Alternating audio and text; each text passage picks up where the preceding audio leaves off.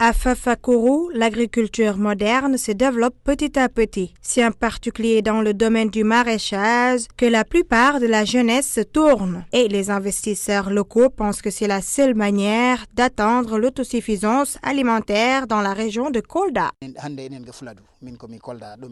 Je pense qu'il est important pour nous tous de retourner chez nous et travailler dans l'agriculture, car c'est ce que nous faisons à l'étranger. Au niveau des deux jardins, d'autres travaillent ici et d'autres travaillent là-bas avec plus de 10 hectares. D'autres sont à Dakar. Et je pense que si l'État nous donne un coup de pouce, nous pourrons aller plus loin, car acheter une chambre froide pour stocker les produits coûte très cher.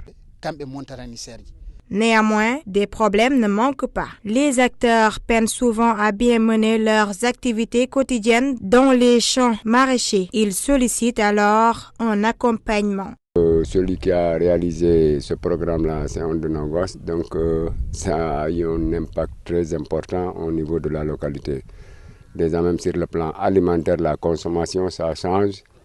Donc il a eu à révolutionner la consommation. Et secondo, c'est-à-dire ça a rapporté de l'emploi. Donc il y a eu des jeunes qui sont en train de gagner leur pain. Par exemple, ici, si vous prenez au village, on ne vivait que de l'agriculture hivernale.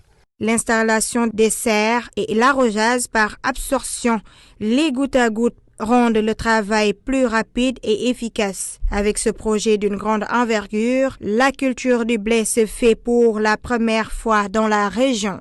Comme vous venez de le dire, c'est une première et c'est à saluer.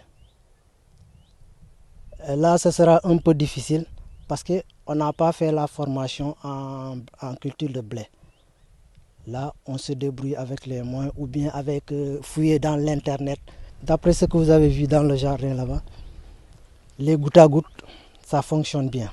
Il y a la tomate, il y a le diahato, c'est l'aubergine amère, comme on le dit en français. Il y a aussi le batancé.